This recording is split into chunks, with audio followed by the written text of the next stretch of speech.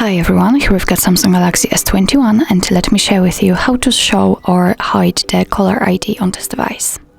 So firstly, let's enter the dialer, and now it doesn't really matter if you will be on your contacts, recents or the keypad.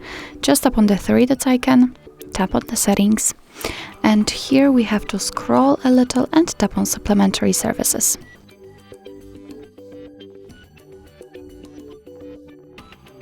Okay, and as you can see on the very first position we've got show your caller ID options, so let's tap on it, and here now we've got the network default, so it will be set according to your operator.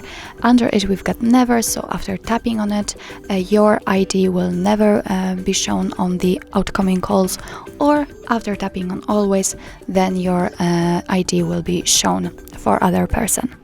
So actually that's all. This is how to manage the caller ID in your Samsung Galaxy S21. Thank you so much for watching. I hope that this video was helpful, and if it was, please hit the subscribe button and leave the thumbs up.